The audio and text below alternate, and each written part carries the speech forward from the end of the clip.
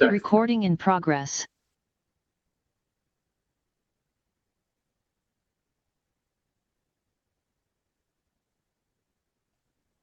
Order the regular meeting of the Rio Dell City Council. Happy New Year, everyone.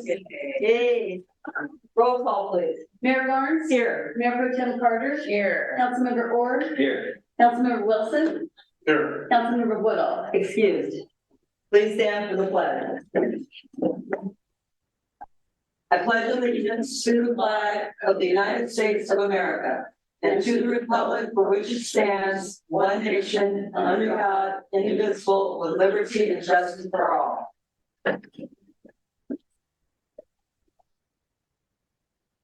Public presentations. This is the time for persons who wish to address the council on any matter not on this agenda and over which the council has jurisdiction. As such, a dialogue with the council or staff is not allowed under the Ralph M. Brown Act. Items requiring council actions not listed on this agenda may be placed on the next regular agenda for consideration if the council directs, unless a finding is made by at least 2/3 of the council that the item came up after the agenda was posted and is of an urgency nature requiring immediate action. Please limit comments to a maximum of 3 minutes. Is there any? No. Kyle, no hand raised? No.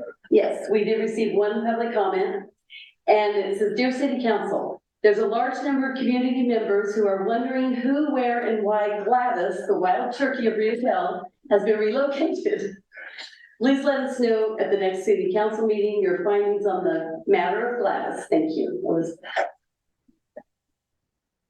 And I have to say, I was upset too. I don't know if I, as a citizen, this is my public comment, I was very, very upset. Wild turkey, I'm not put it back in the wild, back on the field where it was. But I just thought there were a lot of unhappy citizens. It's rare that you would think that an image of the city could be tarnished by removing a turkey. But I think the city took a hit on this one. So I would put that out there. Yeah. It's turkey. You want to go get her back? I thought about like, I should go get that turkey. Just release it back. And I'd be responsible. And that'd be a problem. We're not on the record. All right. Are there any other public comments? No? Okay, then I would we'll close public presentations and open the consent calendar for any items to be removed. Council members? Anyone in the public? Any hands raised? Anyone else? Is there a motion to approve the consent calendar? Motion to approve the consent. Can we have a motion? Is there a second? Second. We have a motion and a second. Motion carries 4-0.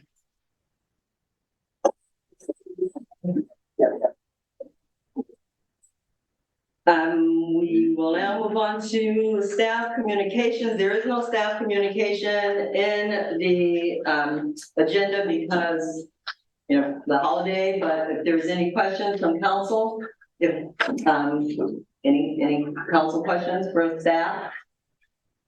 Any emails? No? No. Any hand raised? No? Did you want to say anything?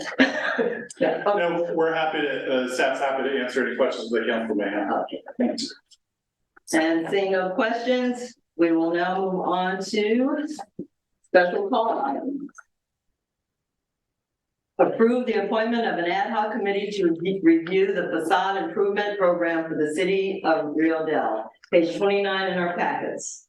City manager. All right, thank you, Mayor Garnes and members of the council. So as the council will recall, the city's economic development plan and the immediate action plan component of the development plan included a facade improvement program as a high priority. So round number 1 of the program has now expired. So there were some mural projects associated with that, and then also the final project completed recently with Mingo's that was completed. So that rounds out the initial program for the facade improvement program. And when we initiated this, the council set a termination date with the idea that we would go back over round one and then make any modifications as necessary and decide whether that was something that we wanted to either continue, modify, or cancel.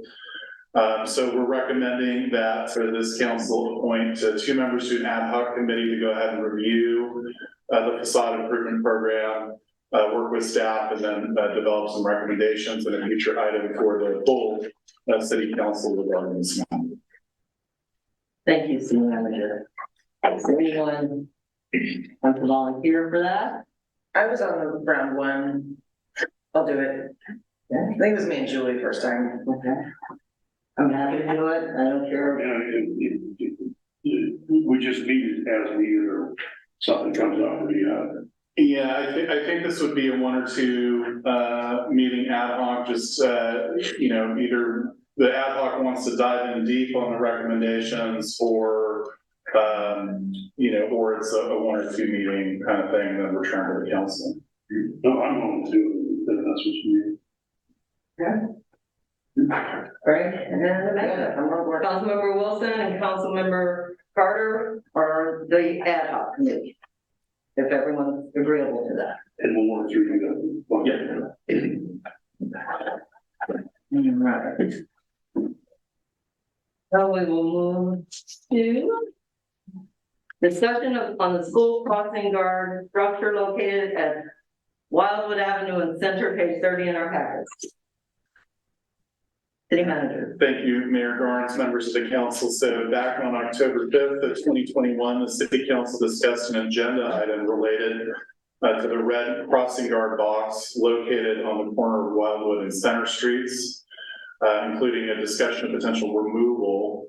That discussion concluded with the council referral of the item over to the Beautification, Walkability, and Pride Committee, with the idea of potentially converting it to a library or a community open library or other such facility. At the request of the mayor, this item has been placed on the agenda. And again, this is an old crossing guard facility that has since fell into disuse. There's been the installation of some lighting at the intersection to facilitate children crossing the intersection there. And so it's fallen into disuse, and the ownership of the box is not entirely clear even to this day as to who takes responsibility for it. However, it is in the city's right of way. And so I know that there has been some additional discussion over the ensuing past couple of years about potentially just moving forward with the box's removal, for which the city can do that. But this is ultimately a decision of the city council, and so we're at the request of the mayor bringing this back for placement on the agenda. Thank you, City Manager. The issue as I see it, and well, I'll just stick with just myself, but the issue as I see it is it has gotten to a point where there's graffiti inside, there's trash inside. It was fixed. There was a deterioration on some parts of it that were fixed. But what really has occurred in the last year or so is it has just become a graffiti spot and a trash spot. And it doesn't really, it's not pretty graffiti. It's not good graffiti like art.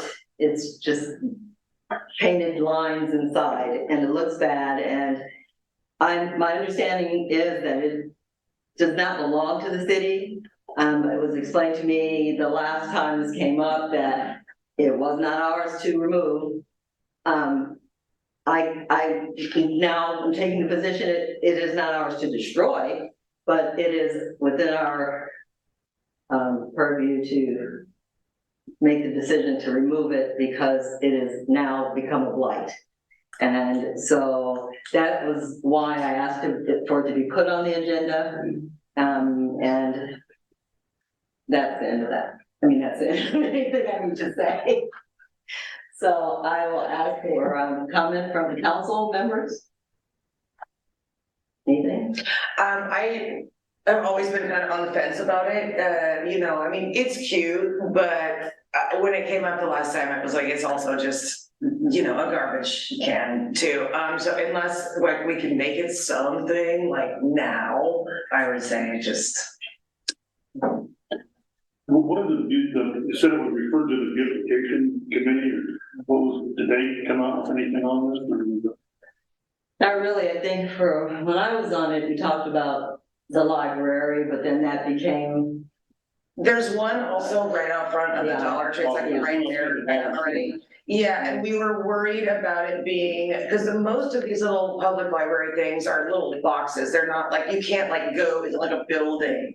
So the concern is that even if we made it something really cool, it would still get tagged up, peed on, and garbage dumped in there. and we'd have to actually install a door. You can't put books and have the environment. You have to maintain it. Yeah, And then it would actually become our total It was responsibility. kind of an undertaking that, I look at it more to the idea that it would have to be, if it was to be purchased, it would have to be something that, but it would have to be maintained, Mhm. and it doesn't seem viable.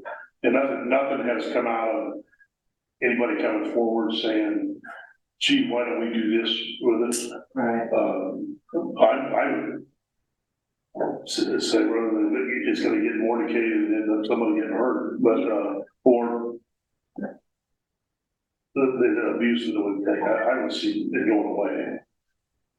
And then we're gonna get in trouble. We're gonna get in trouble either way, anyway, so. Exactly. But if we,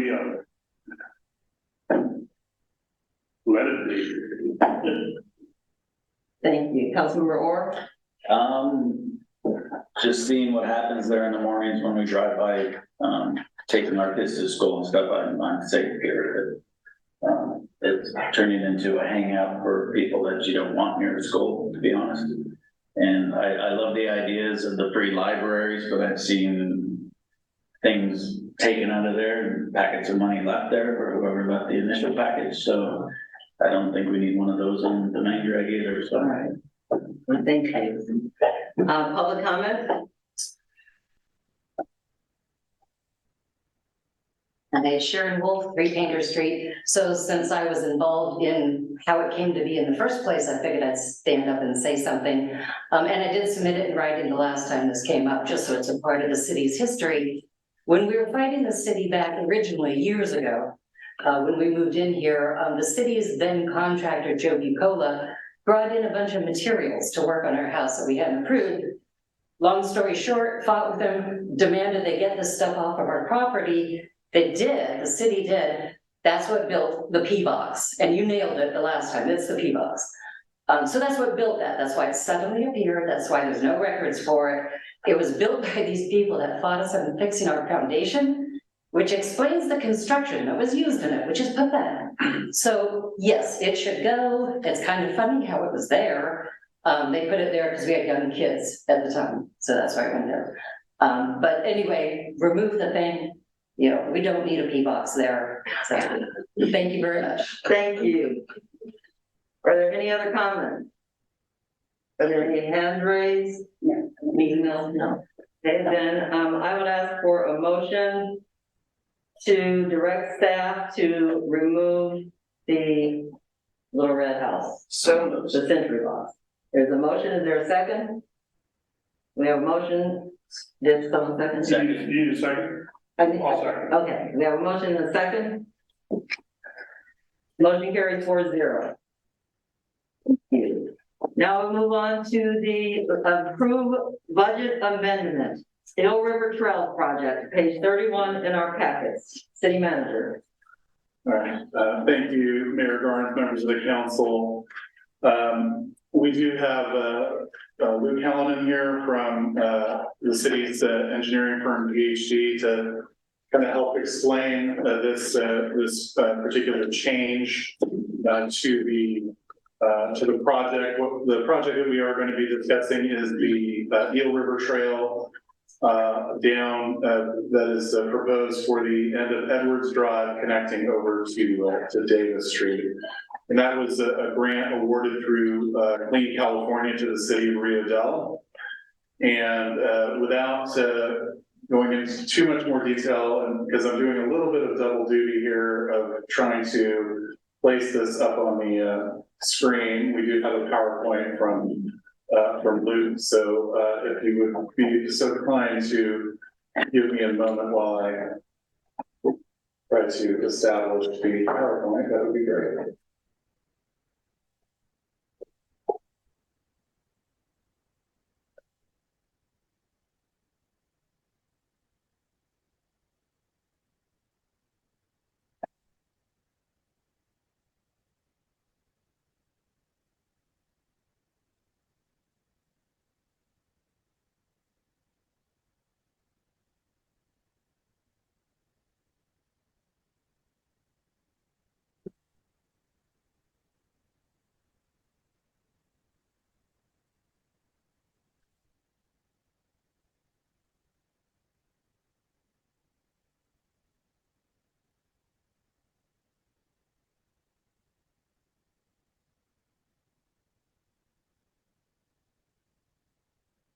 Thanks, Kyle, for the introduction. Thanks to Mayor and City Council for having me here today.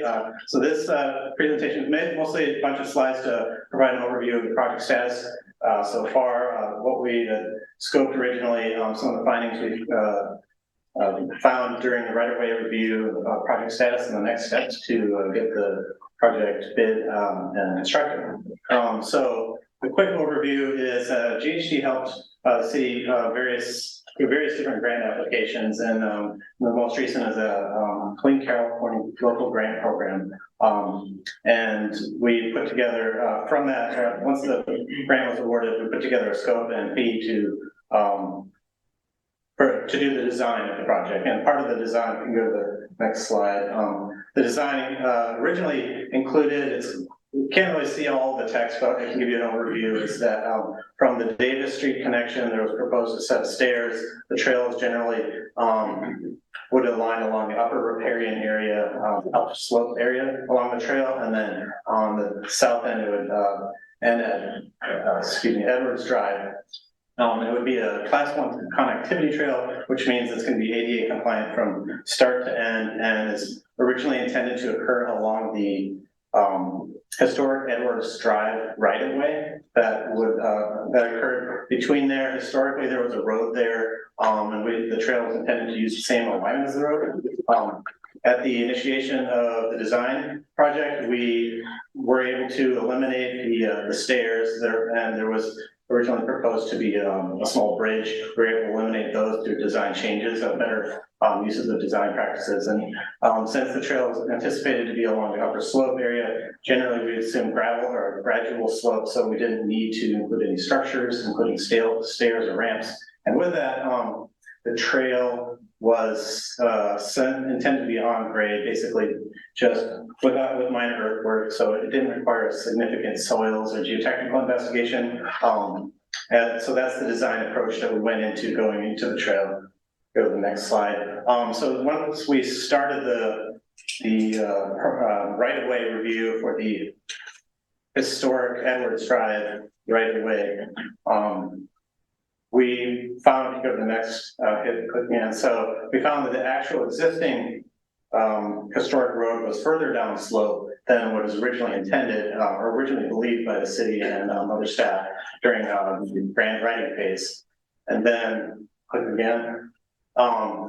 Then what we did is we worked with the project surveyor, and the surveyor found that the actual recorded right-of-way for this historic road easement, or historic road right-of-way, occurred down in the river bar. This was based on the Shields deed from the 1890s, and that's where all the property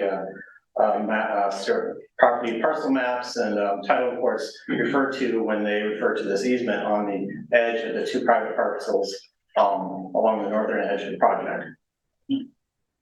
And then the last thing is in our findings through title report research, we've identified that the two northern parcels, which are private parcels, have a 50-foot wide easement just defined on the eastern edge of their property boundary, but really, if that title report only refers to the Shields deed is the actual location.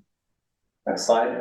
So what we did is we assisted the city, and the city worked with the private landowners to come to an agreement to use the existing already recorded 50-foot wide easement for use. It's currently just defined as for use of the road, and the city negotiated with the landowners to be able to define it as for use as a trail as well. So with this, you can see that the western edge where the original trail was intended to be is different. It's about 100 to 150 feet further than the trail as currently realigned, because we had to move the trail to a further down slope due to the right-of-way issues.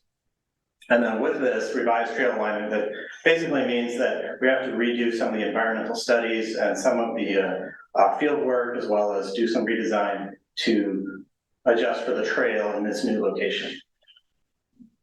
Next slide. So far we're at 60% design phase of this project. That means we prepared the overall design, which you can see across the bottom there, as well as the cost estimate for the project. And then for this, what our environmental team did is they were able to capture a wider area. They had to go back and redo some of the environmental studies to get this out due to schedule constraints. They had to go ahead and do some of the work in advance and to complete the design in its new location so that we could actually get the permits out by this year at this point, early this year to be able to construct in the summer. So the initial study and mitigated negative declaration has been publicly circulated at this point, and we anticipate being able to finalize and adopt it at the next city council.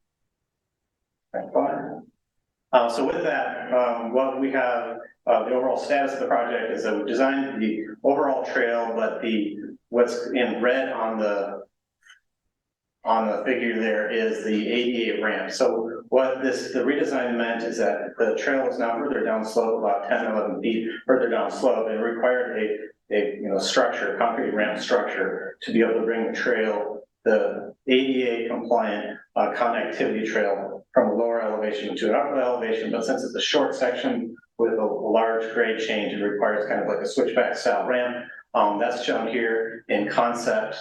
And then with that, so the original work didn't include sufficient geotechnical investigations. We need to do additional soils investigations to be able to design this ramp to the standard of care needed for that type of work, where previously the soils didn't investigate to that level. So with this change in the realignment, it would require GHD to work on an augmented scope of work to cover these out of scope items, which includes additional environmental field work and revised studies, the geotechnical investigations, and then design that concrete ADA ramp, as well as there'll be additional construction management that we anticipate a small portion of additional work, because that wasn't understood to need a construction management inspection for this type of structure. And with this, it's anticipated that the additional funding will be needed for this type of structures. It wasn't originally anticipated in the grant request. Next slide.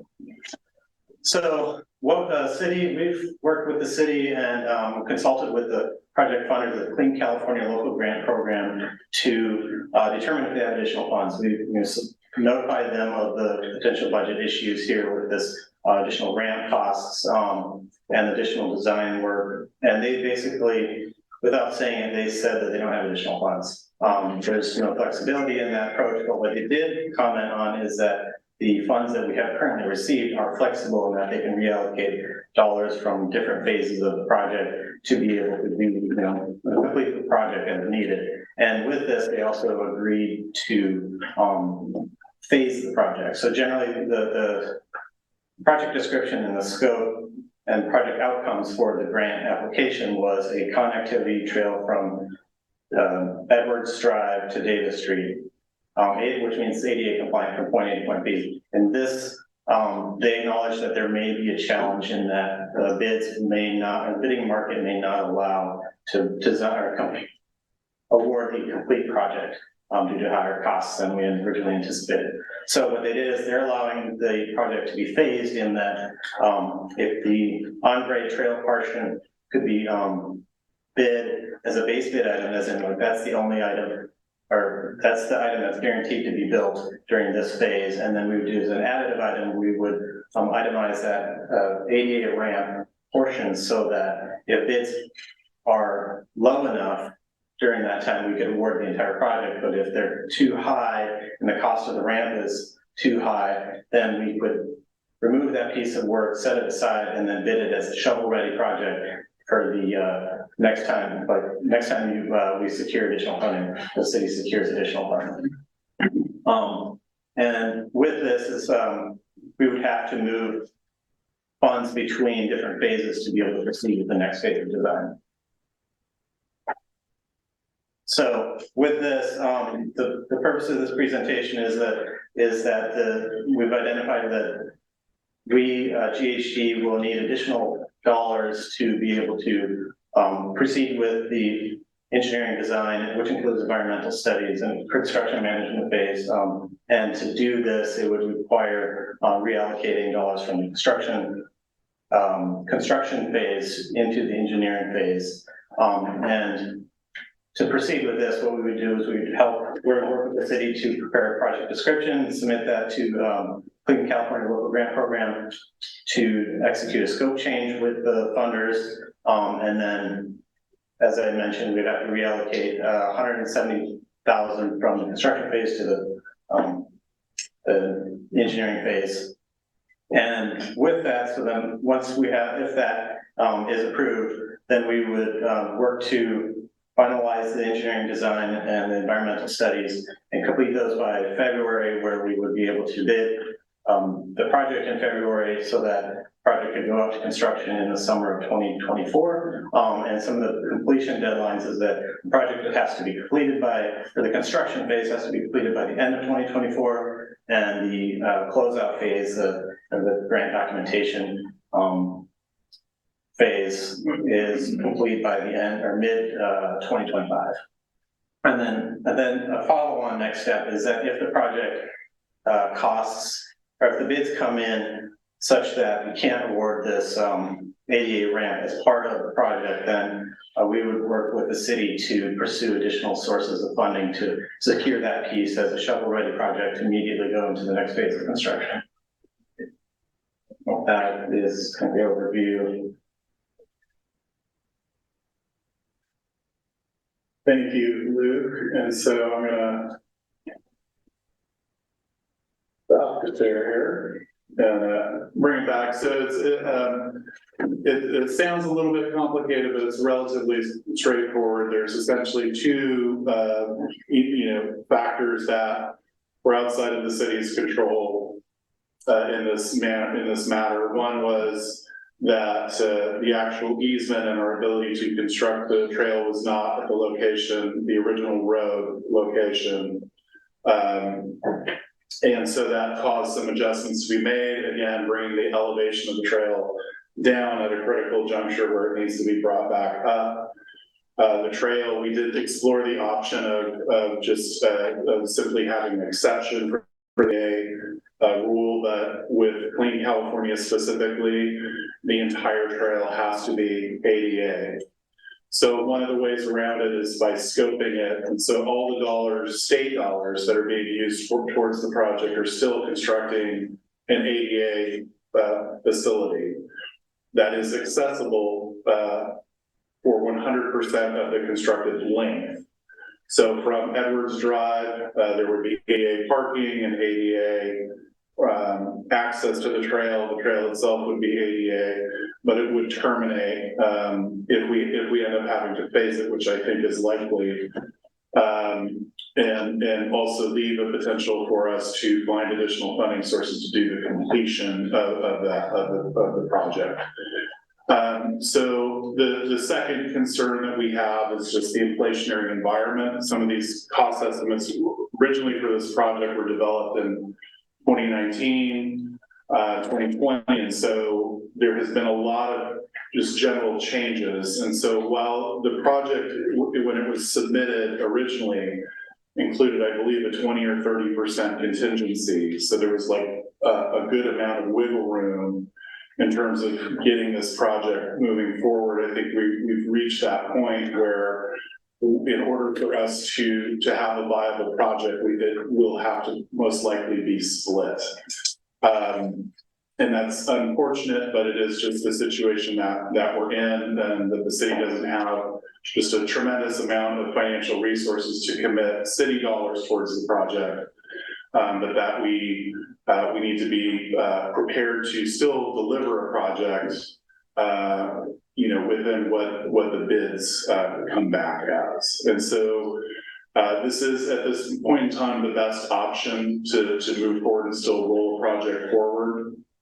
And I probably shouldn't say this, but the likelihood is that the contractor is going to have to access the site from Davis Street, which means a temporary gravel, roadway extended down there. So there will be, in addition to, I believe, the existing steps would remain. There would still be a gravel trail there. It would not be ADA, but that's incidental to the actual construction, what the state dollars were used for. So hopefully that makes sense, and I'm happy to try to answer any questions that the council may have. Thank you, City Manager. Thank you for coming for the presentation. We appreciate it. So at the end of the constructed part, is there going to be room for a turnabout? Is that what's going to make it legal? I mean, as far as ADA? I think that we had consulted with a city attorney about this. Generally, it would keep being out and back. It's not, we don't currently have in the design, haven't included in the design yet, anything like, kind of like a turnaround or a terminus, because the way the trail has to be designed, has to sweep up to catch increasing grade. So there's no easy spot at present to do it that way. We could look into it if that's was the city's preference as far as. Well, I think with this approval, that would be something we'd be looking at as to where would the appropriate ADA turnaround spot be. We just don't know that at this time it includes a partial, turn and trying to ramp up the elevation of the final condition of the trail. But I think what's important here is that. The council's recognized that, and I think staff agrees that, we need to make sure that if, somebody in a wheelchair gets towards the end of the trail, that they have the ability to turn around safely, even though it is not our desired outcome, but we can certainly do that with, I think, relative ease. Yeah. Thank you. Mayor Pro Tem? I'm fine with the phasing. I think let's just put a shovel in the ground. How likely do you, I know that's an opinion, do you think we are to get a different funding source for phase 2? I know it's shovel ready, which is good. Yeah, I think what makes it attractive is that the design will be done. It is something that is potentially attractive to other funding agencies. But I think this could be a multi-year process of trying to come up with an additional grant source. It may be something that is relatively quick. I just don't know. I think one of the resource constraints that we're facing now as a state that is projecting to be some 60 some odd billion dollars in the red. And so if you recall that this Clean California grant program kind of appeared out of nowhere during a period of time where the state was unexpectedly flushed with cash during the pandemic. And so so I think but again, with a shovel-ready design, that puts it on the menu for the city to be able to refer it out for potential funding immediately as they come up. This was one of the challenges with the Clean California program was really having those lists of shelf ready step, we can pull off the shelf and say, hey, here's a great project. Here's our cost estimates, let's put it forward. So we'll have that at the end of the day. Whether the funding on the other end is available for it, I just don't know. And then, would GHD be designing the second half so that we do have, and is that part of the extra cost? Yes, that Yeah, is okay, included, yeah. awesome. That's it for me. Thank you. Thank you. Councilmember Ward, No questions. Councilmember Wilson. So we already have a trail, at the end of the day was to, just go straight down to the river. Is that still functional? I believe so, yes.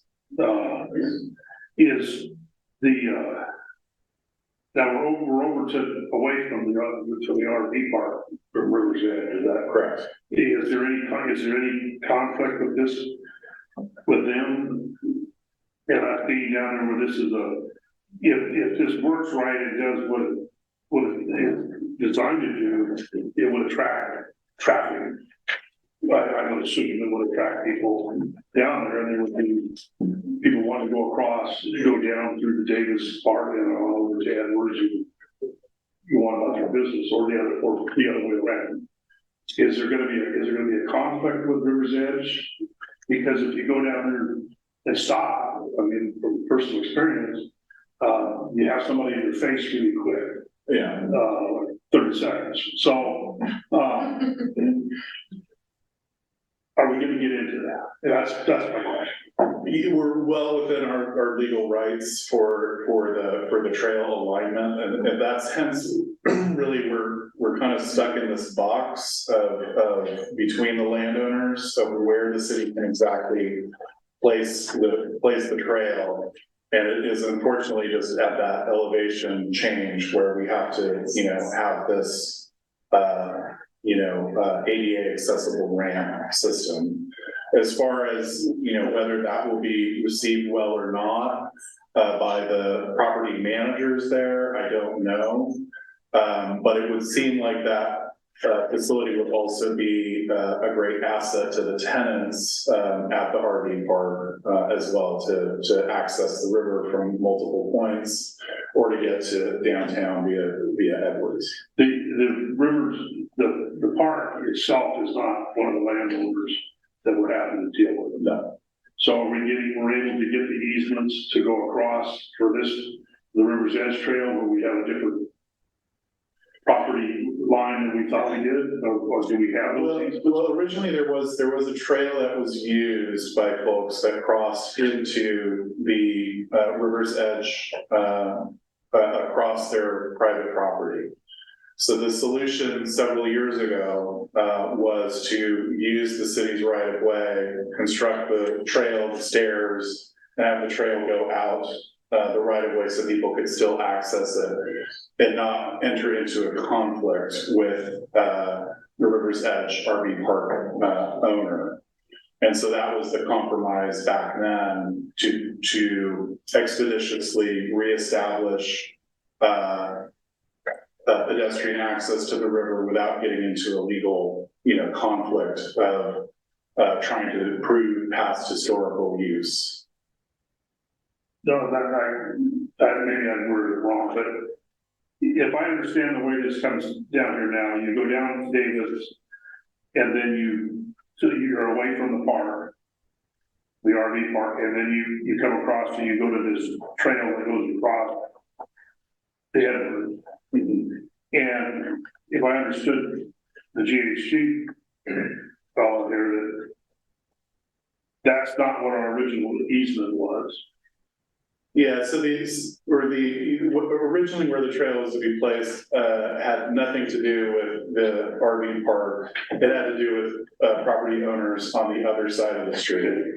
And so that came to a beneficial conclusion where they agreed with the alignment, the new alignment.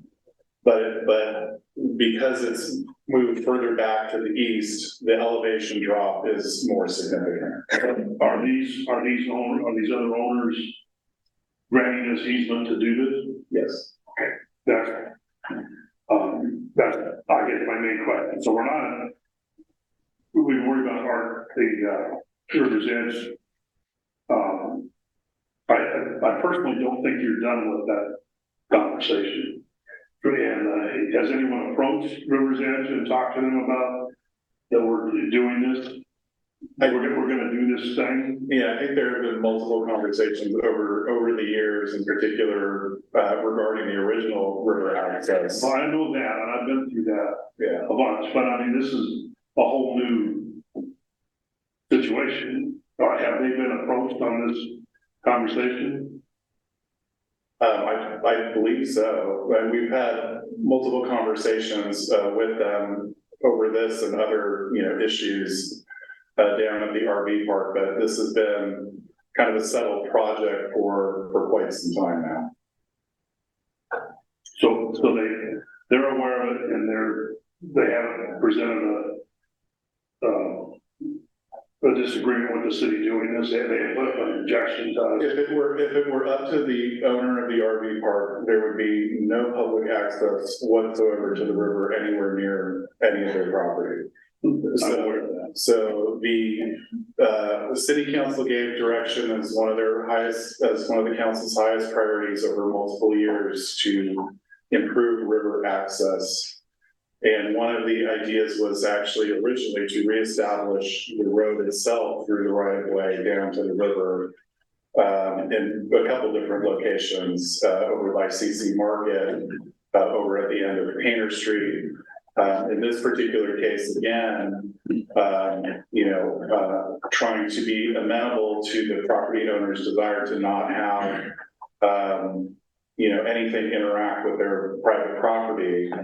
This was the solution. So, without involving attorneys, without getting into a big, long, kerfuffle over a trail, this is seen as the most economic situation to achieve the council's objective, and to give a benefit to the broader community, including the residents of the RV park.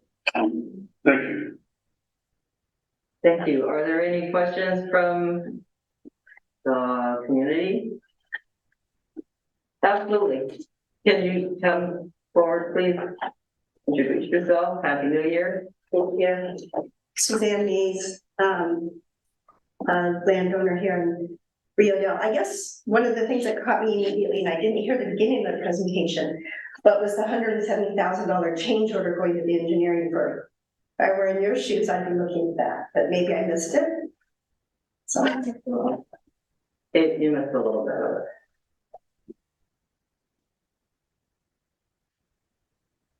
you did go over it. Yeah, there was a change that had to occur because of ADA.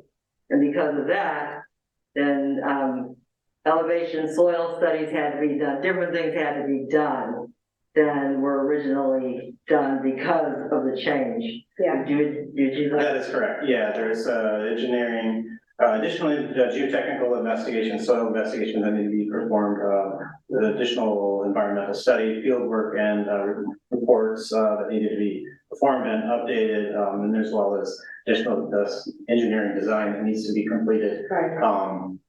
As well as there's includes a portion of construction management. So there's with this, if the ramp, which wasn't included in the original design or original scope, if the ramp is built this year under the construction, if the bids come in low, and so that we can award phase 1 and 2, then there is additional construction management being there. So it's a composite of fees through various different tasks just to get this revised design completed. I work in land use permitting, I understand still some time. Yeah. That's all. Are there any hands raised? Anyone else questions? Are there any hands raised? Are there any emails? Okay. Then I would ask for a motion to authorize the staff to execute the amendments. So moved. There's a second. I'll second We that. have a motion and a second. Motion carries 4-0. Yeah. Madam Mayor, make a comment. Oh, absolutely. This is so that the whole process is ADA. So if you go on this connection between Davis and Edwards, it'll all be ADA. That is correct. Currently, we're proposing phase project, phase 1 and phase 2. How long we pull it off financially, it'll all be ADA, you know. That is correct. For the benefit. Yeah. Yeah, and just to go on record that this is, I think this is a great beautification project.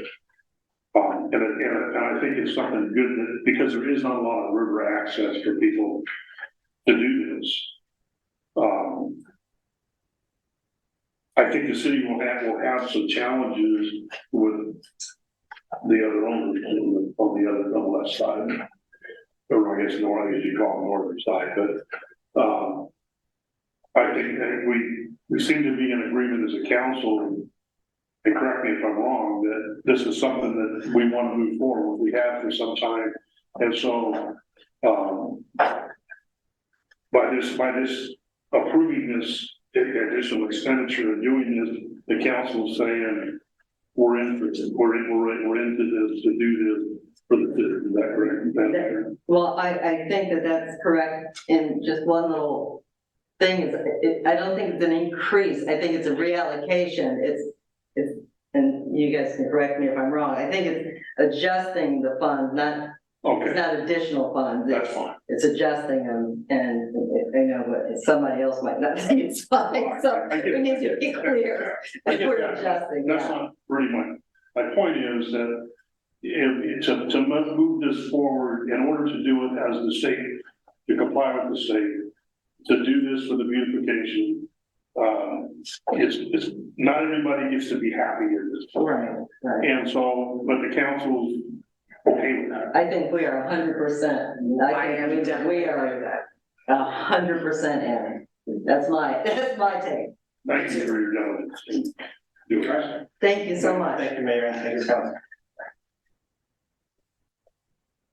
And we will now move to the award the bid for the Rio Dell Dog Park project and approve associated budget adjustments, page 44 in our packets. City Manager.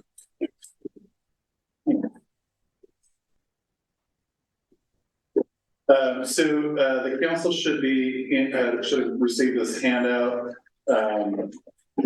two-page handout, final bid results, bid opening from the 29th. And then also a short description of the financial proposal here. So the dog park project, as the council may recall, was bid out approximately 6 months ago originally. The project had kind of evolved and included originally a half basketball court. Included a number of additional amenities, and while we felt strongly that we could come in close on budget for that, again, the bids that came back were far in excess of the approximately $180,000 to $190,000 available for the project. So staff met with our ad hoc committee and also began really scaling back the project to the fundamental original concept of a dog park in the community, a place where folks could take their pets, also be informed of rules and regulations and resources available to pet owners for their animals. Obviously knowing that there's some significant issues with loose animals in the city of Rio Dell. And so in scaling back the project, the bid was put forward again without the half basketball court. However, the design of the facility would allow the half basketball court to be installed at a future date. Again, a kind of phasing of the project for down the road, given the financial constraints available for us. Again, just a scaled down version of this project brought back 6 bids from licensed contractors. The lowest bid being, when accounting for the additive bid items in the schedule, the was $198,600, as you'll see on your first page of this sheet. So on page 2, based upon that bid submission, adding a 10% contingency, the total project would be just north of $218,000 for the installation. And based upon this, the fact that we have a very tight timeline in order to implement the facility before the funds are clawed back by the state of California, we are recommending that the council move forward with appropriating an additional $40,000 in the ARPA funding available to the city to get the project moving and rolling forward. So again, the total cost of the project would be $218,460. Of that, just shy of $178,000 would be the Park Capital grant program from the state of California, and then the remainder would be just shy of $41,000 in ARPA funding, just to help complete and push the project over the edge. And in the end, if there are no significant change orders, the budget could be, the actual ending cost of the project could be more around the $200,000 area. So with that, given the time constraints, I'm concerned about putting it back out for bid and expecting a different result. I think we basically did pare it down to the most minimum project that we could. And so I don't think we're going to see any better prices than we do today. And so staff's recommendation would be to go ahead and move forward to award the bid to Mobley Construction, and to direct your staff to work on and develop a contract with the contractor at this point in time. And we will bring it back at your next regularly scheduled meeting on the 16th for just the formal adoption of the budget adjustment and the agreement with the contractor on consent. But we want to come forward as soon as possible to get the direction from the council again, just because of the time constraints. So with that, happy to answer any questions that you may have. And certainly Kevin also has some additional answers or anything else Kevin wants to add to what I've said. But I think you summed it up very well. Okay. So with that, I'll go ahead and return it back to the mayor. Thank you. Thank you. Are there any questions from council? Mayor Pro Tem? No questions per se. I do first want to thank staff on, because, looking at the trail and the dog park, and these are all things that have been going on for so many years, and they're just these wonderful, amazing projects, and we get so excited about them.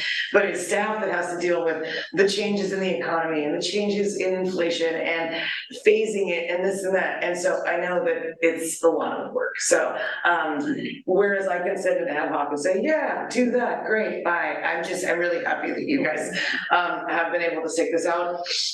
I think parks are great, human parks, dog parks, all the parks. And it is just things like in the community we live in, we gotta face stuff sometimes. And that's just gonna have to be okay, because there is no other way to get these projects done. And they're wonderful projects. I fully support it. Let's do it. No questions. Thank you. Thank you. Councilmember Wilson? Yeah, to go along with Councilman Carter's comments is, I think the way that this is moving with inflation and the way prices are changing, I appreciate what staff has done to get this. I mean, the first time was a lot, and but it's a start that we can phase into as we do by getting this. We've got something functional that people can actually go down and take their dogs to and use. And we can build on that. So, yeah, this is a great step forward. Thank you. Councilmember Orr? I agree with both council members that, the initial plan was grand and had a human side and a pet side, but just to get something to make Rio Dell more homey, I guess is a good way of putting it, and less pass through to the next place. So. Thank you, and I agree with all things that were said up here, so I will just reach out to the public and see are there any questions or comments? Are there any hands raised? Are there any emails? And then I would ask for a motion to authorize staff to award the bid and to enter into contract talks or getting it done. I so move for staff to keep doing what they're doing. Okay, for a second. We have a motion and a second. Motion carried. Motion carried. I went to yes. It was no, I forgot. Motion carried for 40 of us reversed. Motion carries 4-0. And let's see now to our final item on the agenda.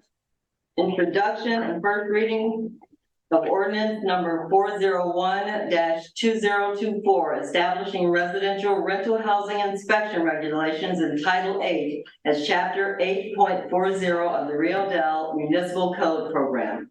Page 45 in our packets. City Manager. Thank you, Mayor Garnes, members of the council. I'm gonna, again, set up a PowerPoint, maybe take a moment to set up. But we do have a presentation from our Community Development Director, Mr. Caldwell, on this particular item. And so we will begin to share. And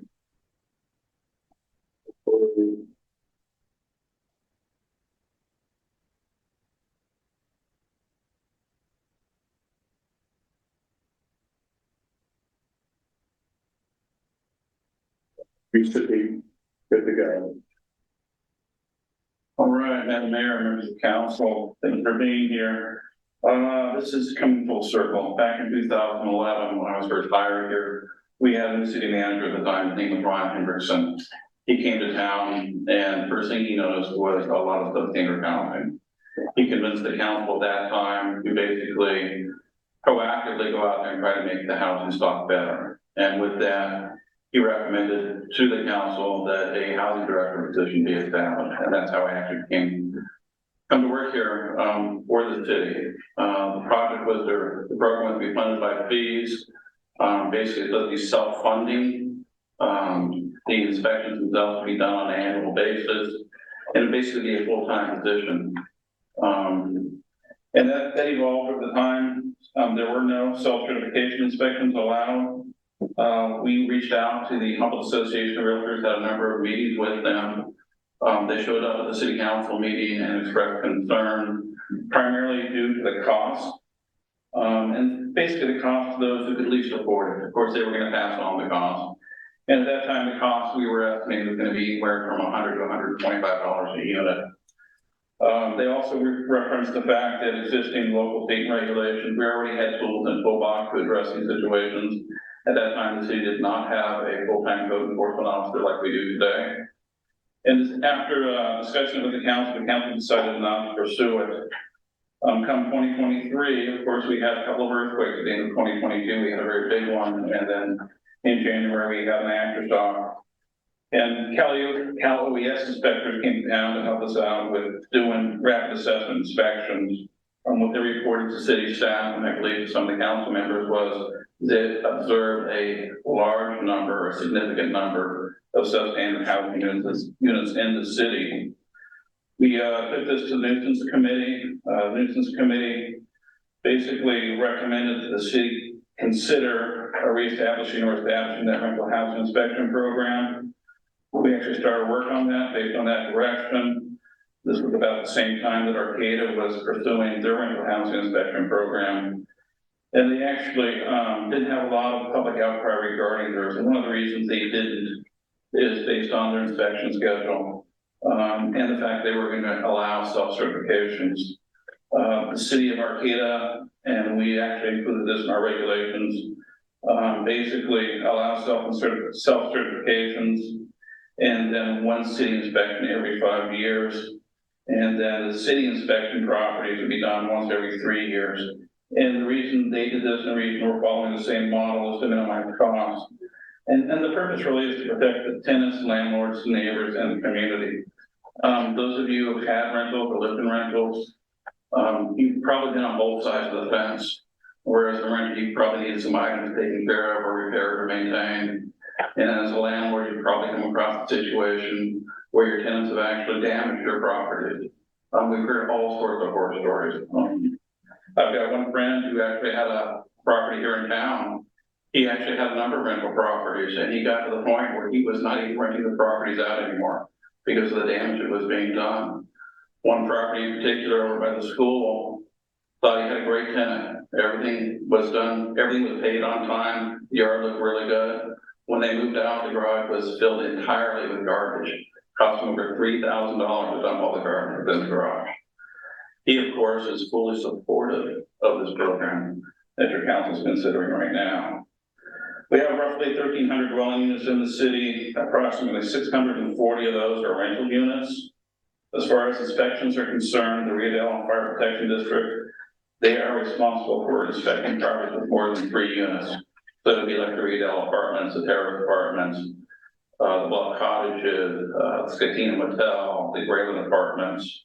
Any units with more than 3, they would be responsible for. So that would leave the city with about 465 units we'd be responsible for actually inspecting. Vacation dwelling units and those new units that are less than 5 years old would be exempt. Our plan is to initiate this over a 3-year period, which would average about 155 inspections per year, which would be roughly 2 to 3 inspections per week, based on that schedule there.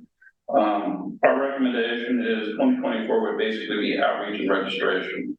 We'd inform the community on what's going on, encourage the landlords and property managers to register the properties. And then the initial inspections begin in January 2025. Of course, the first one would be based on complaints, and then we probably do it by neighborhoods. Similar to what the nuisance committee has, they've got a map that identifies various neighborhoods, the Avenues neighborhood, Edgewater North, Edgewater South, Riverside, Bellevue, Oval. And of course, that's in flux. We can modify that as we go along. We do allow for self-certification by the owner or the property manager. Self-certification has to be attested by the tenant. They actually have to sign the form. And there is an inspection form in your packet, and I believe it's on page 89. I think you're wrong there. 87. 87, thank you very much. And those items that are on the inspection checklist are all items that are on the books right now. They do it through the International Property Maintenance Code, Uniform Housing Code, the Rio Dell Municipal Code, or the California Building Code. The fees, and that was the big killer last time. Again, our attempt here is to try to minimize the fees to encourage participation. The course are based on staff's burden and hourly rates. The annual registration would be $15 a year. City inspections would be once every 3 years, that's $55. Over a 3-year cost for city inspection property, you're looking at a cost of $2.78 a month. For self-certification inspections, they would do those every year. We would have to do it one time every 5 years. So you're looking at the annual registration fee of $15 for 5 years is $75. The self-inspection fee for 4 of those 5 years would be $120. That takes it to $195. And then that city inspection, once every 5 years, would be $55. That comes up to a total of $250, which would be $4.17 a month. Vacant properties, prior to the occupancy, the owner or the property manager has to conduct this inspection, have the new tenant acknowledge, agree with the findings of that inspection, and then a copy would be provided to the city where we would keep it on file. Again, going back to the inspection checklist, starting on page 87, the exterior address numbers are clearly visible from the street. Roof components shall be in good shape, not damaged or missing shingles. Exterior property shall be clean, safe, and sanitary. Property shall be maintained free from excess plant growth. We actually have a weed ordinance on the books right now, as does the National Property Maintenance Code. Inoperable or unregistered vehicles must be stored out of the yard or exterior. On top of that, our regulations require that they be stored on an all-weather surface, whether it be gravel or concrete. Stairways, decks, porches, balconies should be in good condition, free from visible structural defects, and fit for fall hazards. Exterior sidewalks and driveways must remain clear at all times and in a safe and sanitary condition. Luminaries, which are lights, and receptacles shall be protected from water exposure. Doors and hardware in good condition, locks shall tightly secure the door. Deadbolts are required on entry and exit doors. That's actually part of the building code requirement. Windows shall be free from leaks or cracks, screens present and damaged. Windows shall be easily openable and held in position by hardware, as opposed by a stick blocking the window. And that's so that people, in case there's an emergency, they can get out of there quickly. The exterior walls shall be free from hole, breaks, loose, or rotting materials. And then basically the exterior shall be kept free from rodents and infestations. Accessory structures shall be maintained, structures sound and in good repair. And of course, there's going more regulations as well. Again, all these regulations are currently on the books. We're just checking to make sure they're complying with current regulations. As far as the interior, interior should be maintained in good, clean, and sanitary condition. Again, stairs and walking surfaces shall be maintained. Handrails and guardrails should be in place and maintained as well. Property shall be clear of all infestations. Water supplies shall be installed, maintained, and capable of supplying all fixtures. Plumbing fixtures shall be properly installed and maintained in good working order. Water heating facilities shall be properly installed with approved relief valve, earthquake draft, and capable of providing hot water to every fixture. And the minimum hot water requirement in the building code is 110 degrees. Plumbing fixtures shall be properly installed and maintained in good working order. Heating facilities must be able to maintain a temperature of 65 degrees, 3 feet off the ground in all habitable rooms. You cannot have portable temporary heaters that are plugged into the walls. You have to have a fourth air unit, a mini split, a wall heater, something to that effect. Receptacles and switches properly installed and operable. One of the things that you see in a lot of, that I've seen in some rental properties, is that the switch, the cover plates are broken or on the receptacles are broken. And of course, those are hazards. Kids or other folks can stick their fingers in, stick forks in there and get electrocuted. You cannot use extension of electrical cords or permanent wiring. Unrestricted path of travel from any point of the building up to a public right of way. And this comes into play with borders. I actually conducted an inspection in town after the earthquake, and I basically had to jump over boxes to make my way through the house. And if there was an emergency, and this person, it was an older person, there was no way that person could have got out of their house if their house was starting to collapse or even if it was on fire. There's just so much clutter in the way between the bedrooms, the living room, and the doorway. It was an eye-opener, to be honest with you. And then, of course, we make sure that the houses have smoke detectors and carbon monoxide detectors if they do have gas-fired appliances. In regards to violations, hazardous violations, electrical smoke, carbon monoxide detectors, they have to be corrected within 2 working days. All other violations, they'll be corrected in time, in the time required by the director. If they're not abated within 15 days after the deadline, the city has the authority to abate and correct the violation.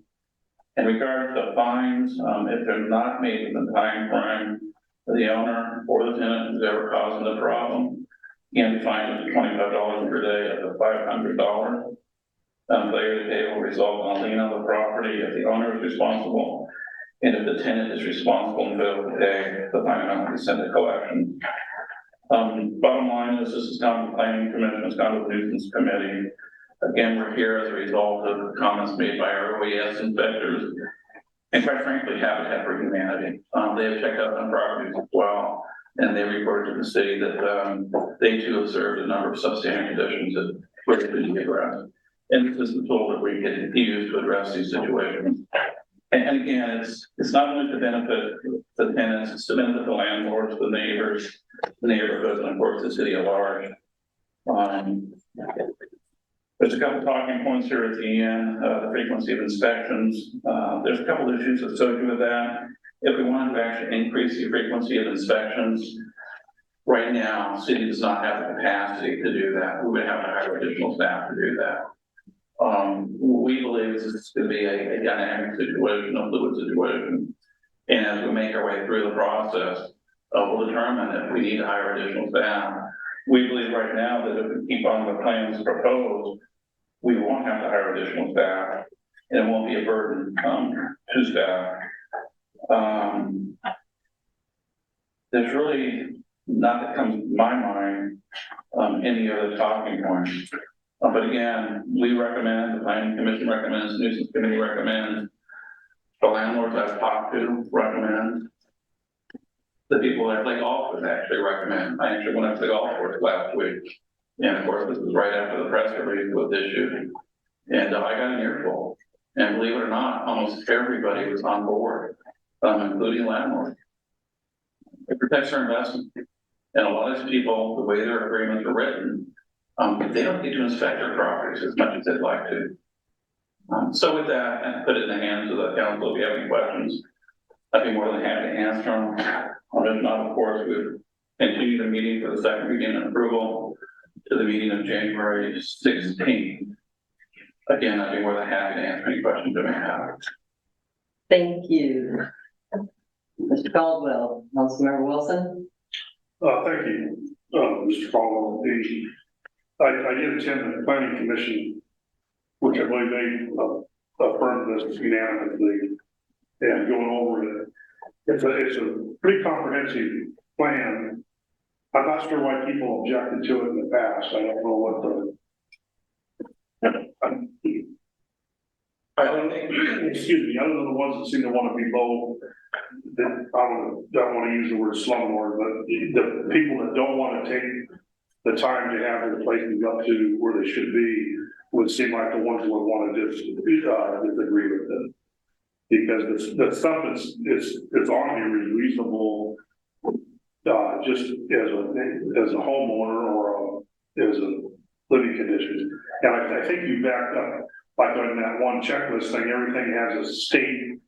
Everything references the state code or the municipal code Too. Yeah. So, I think it's a great idea. Yeah. Look forward to it.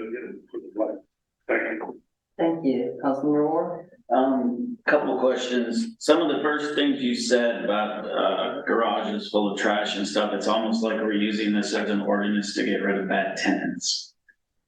Instead of the renter putting in the work or the lease agreement or the rental agreement, they'll come and inspect, and if it's court, you're not renting from me again. Yeah, my point is it's kind of a double-edged sword, right? I think it benefits tenants as well as landlords.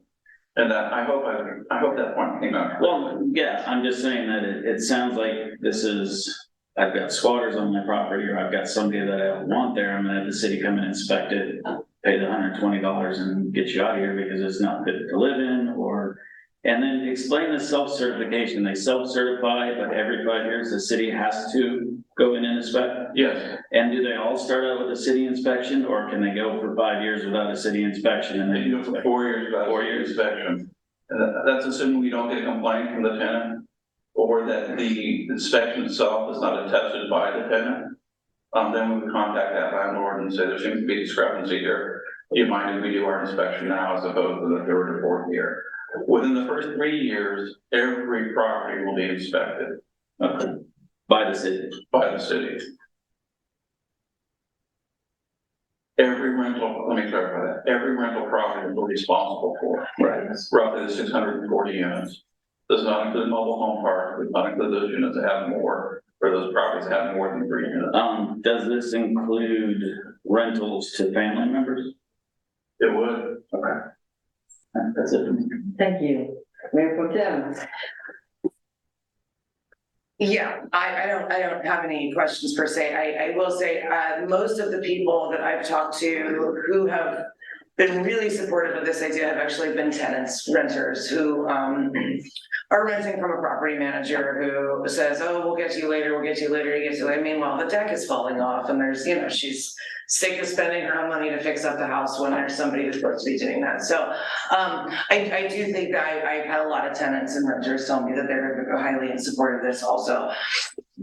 I think it's important for us to think about this in light of the earthquakes and in light of some other things. I also have spoken to a lot of people from the city of Arcata, the city of Eureka, people who have already rolled something like this out or who are interested in it. And I kind of think it's the way that a lot of cities are going to end up going. Last thing I think we need to consider is that with the state housing laws kind of being what they are and this push for housing, I think it's easy to think of that as like, well, we need to build more housing, right? That's what the state wants. Geographically, we don't have a ton of space. So I think we need to put some emphasis on saving the housing stock that we already have within the city. And I think that this, for that reason too, is something that we really need to consider. So, but no questions. That's actually stated in the California Housing Code. One of the reasons for these regulations is to maintain our housing stock. Yeah. Good thing to think about.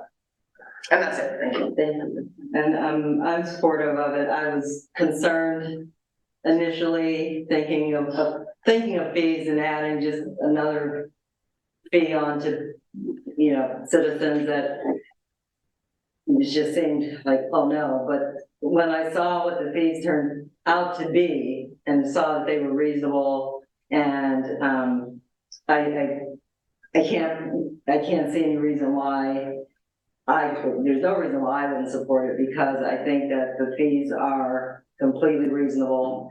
And I think that it's just looking out for everybody. It's like you said, tenant, landlord, city, just the appearance of the city. It can only help us raise ourselves as a city to look for our housing stock to look, presentable. So I am fully in support of it. Are there any questions, any statements, any? Welcome Supervisor Bushnell, Happy New Year. Happy New Year.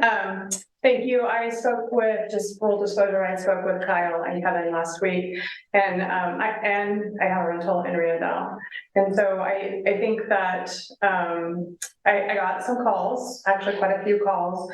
And if the intent is to make your city look better and to have your housing stock be, upkept, I'm wondering why homeowners aren't included.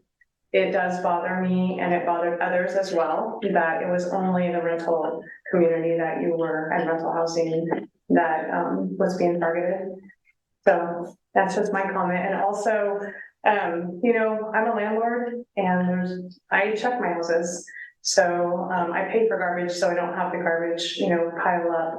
So switching from being my supervisor job to just personal, it is that responsibility, but there are homes, and I don't know if the home that was ordered, as you said, was that a rental? Was that a homeowner? That was actually a homeowner. Okay, so we don't really get to tell people how they live. We don't. People have a right. So that's my comment and something to consider. Thank you.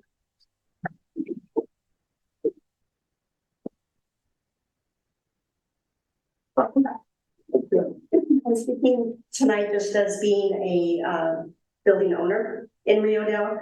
I do agree that this plan is a good one to do home inspections. My concern is I'm in a group where we're not getting any oversight that we know of. I know that it's up to the fire department, I believe, to check my building. Is that correct? Do you have more than 3 residential units? Yes. Yeah. Okay, so that's my concern to the council is we came into this town 2.5 years ago, bought a building, have spent not just tens of thousands of dollars to fix it up, much more than that. We're still in the process. We expect 6 months to have 3 beautiful apartments to rent, completely gutted, 2 of them completely gutted and redone. We're really excited about that. We also have the mural on the side of our wall, thanks to the city. We're very happy about that. Our next door neighbor, the building is in the condition that our building was 2 years ago, slum. I think if any inspector came into our building prior to us buying it, they would have shut it down. It was so bad, honestly, 2 of the apartments, I couldn't even walk in them. I couldn't go in them, and I'm not prissy. I get my fingers dirty. I couldn't go in there without gagging. So my concern is we have a window here. We just bought a building, we gutted it, we fixed it up, we painted it, we made it look nice. The building next door to us has a chute that comes out the side of the building where we're gonna put in an entrance into our new building. It shoots probably 3 feet out, and it's probably 10 feet high, shoots onto our property, all the drainage. You've seen it, I think my son showed it to you. Yes, we talked about it last week. Underneath is all mossy or green algae on the wall. The previous tenant in that building, in that unit, was an employee, still is an employee of the city. He told me it's moldy on that wall because it's constantly wet. It's a problem for me. I understand it's not a problem for the city, and therein lies my problem. We were told basically you can't do anything. You can notify the owner of the building next door, which we've done. When a tree fell on top of our car, we had to pay someone to chainsaw it out of being under the tree. We wrote them and asked them also if they could fix the side pouring onto our yard, because we were going to be doing some remodeling and we wanted to use that area to stage.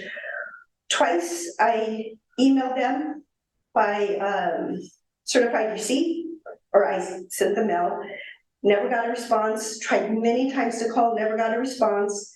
So I have next door to me somebody who is maybe less than desirable to have running a building. So I'm concerned. It's great that we do this as a landlord. I would love if my tenants are happy. I would love that I feel secure that my building's safe. So I would say this is a great program. Unfortunately, it doesn't serve me. Thank you. Madam Mayor, if I may, Yeah. we actually talked about that building this afternoon. And we are gonna bring it in the code compliance officer here. I've actually reached out to the property owners. They actually converted some of the space illegally to a couple additional units. And they're supposed to have some information into me by no later than January 12th. So we will be addressing that situation hopefully in the near future. I'm certainly going to say in that building. Thank you. Thank you. Sharon Wolf, 3 Painter Street. In concept, I think it's a good idea for Rio Dell to inspect all the housing, certainly the rental housing in the area, what you have access to inspect, because unfortunately, as we've discussed many times, the city has had so many years of ignoring all the building health and safety codes, knowingly ignoring them for years to get us into the situation we were in when the earthquakes hit. So you're gonna be seeing houses that, like our house before we bought it, where after the, I think it was the 96 earthquake, someone came in and did perimeter foundations around some of the houses to make it look good from the street. And that was all that they did. The inside of the house had no repairs done to it. The floor was a really cool bowl. It was like a carnival ride. Posts and piers not even touching underneath this house. I mean, it's insane. You've seen the state of the house next to us. It was owner occupied, could have easily been renters though. That's the state of the housing that Rio Dell has all over the place for years, from deliberately, knowingly ignoring the building code and health and safeties. So I'm all in favor of bringing it up. My concern, and I'm sure it's your concern too, is the impact on the tenants, especially initially, because there's no other housing. Having anything that could even potentially threaten your housing is just an existential threat to your survival. they're gonna be very nervous. They're also gonna be nervous about having people coming into their homes to inspect, because I used to be a renter too.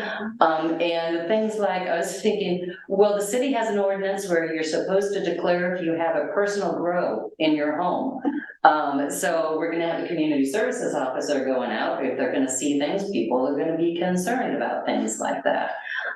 If they're maybe not supposed to have a cat and the cat comes running in and they have to yell, darn those neighbor cats, keep coming in my house. You know, those kinds of things, the tenants are gonna be really nervous. And I'm sure that you're gonna have resources available to provide to them at the time of contact numbers, resources available to them and to the owners of the properties, places maybe they could apply for any kind of rehab, because some of these places are gonna need some really extensive repairs, and hopefully that'll be done before the next big earthquake. But like I said, in concept, we do support it. Rio Dell has a very serious problem with its housing stock. That's why we suffered so much more than our surrounding areas. And we are all now getting to pay the price for all those years of deliberately looking the other way. Thank you. Thank you. So, are there any answers or email? We did receive one.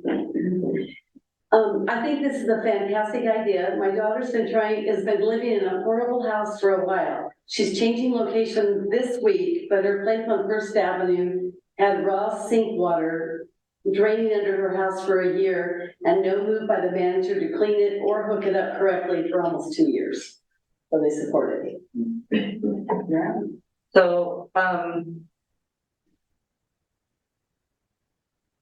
just out of curiosity for me, so if we do the approve first reading and continue it to the second reading, in that time, this week, if something comes up, or there's some question or some discomfort or anything like that, is it something that we can then address?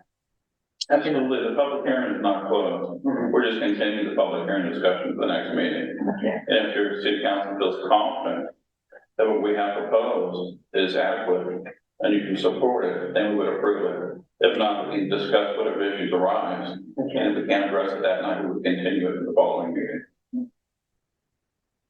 Then I would ask if there is a motion to continue this, to accept this reading and continue it to the second reading to the meeting of January 16th. So moved. I have a motion, is there a second?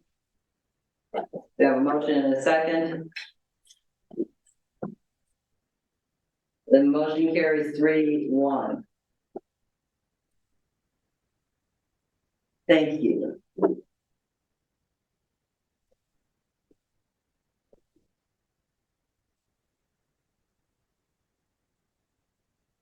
Everybody, one more there. Okay, very first, council reports.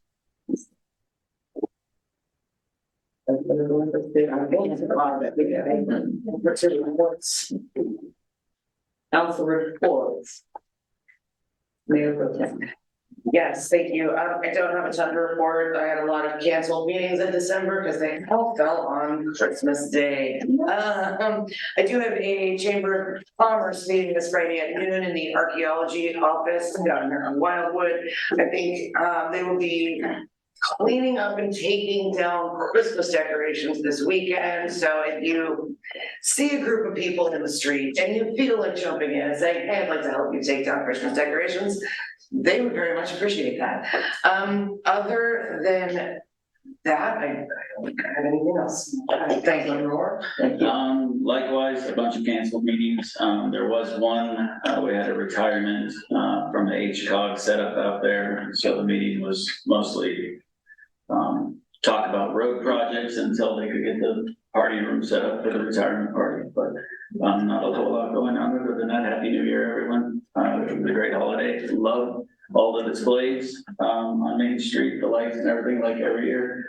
So fewer of them on Main Street for businesses that weren't open all the time, but still looked really good. And I appreciate it. Thank you. Councilmember Wilson? Yeah, just back to the normal meeting, at least in May and next week, and then somewhere later in the month will be RTDA, and we're back on the normal schedule. Yeah. That's all I have. Thank you. And I had an HGA meeting in early December, and I have a Seidman Commission meeting next week, and on the 13th, there is, it's not a celebration, it's kind of a recognition of what everyone's gone through in the past year with earthquake, and it's kind of just acknowledging what the city went through. It's going to be at the Chamber. It's on the 13th of January, which is a Saturday. And so people are welcome to come. It's gonna just be, the long-term recovery group is actually the ones putting it on, and they will, and there will be a dinner kind of a situation. And so people are encouraged to go to that and just kind of, I want to say commiserate together, but kind of come together and just acknowledge what we've all gone through, and kind of be happy that we made it through and it didn't happen again, and show each other support and support people who still need support because they haven't been addressed yet. And so that's what that is about on the 13th. Mayor Grimes, what time? So no one asked me. I cannot remember what time. I want to say 2:00, but I don't know why I want to say 2:00. Okay, I'll. So, If anybody does, Sarah read back over. yeah, Sarah, and we will post it on the LED board for any citizen that's, going through. We'll post it. We'll have that up there with the time and everything. And I do apologize. That's like, I was thinking, oh. please no one ask me what time. So, and then if I could, I just have to ask, because I'm gonna be asked, and I should have asked during the public comment, why was the turkey taken? I get this.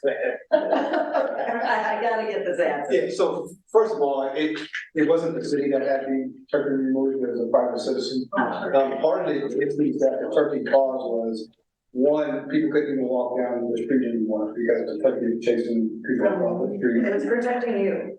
I was the victim of the turkey once. It defecated on my car. It's better than a bear in your kitchen. Well, that happened too. Yeah. Yeah. But it became a nuisance, and where the safety of the citizens was in jeopardy. It chased a kid across the street, but she had to run all the way to the Shell station and somebody to get out.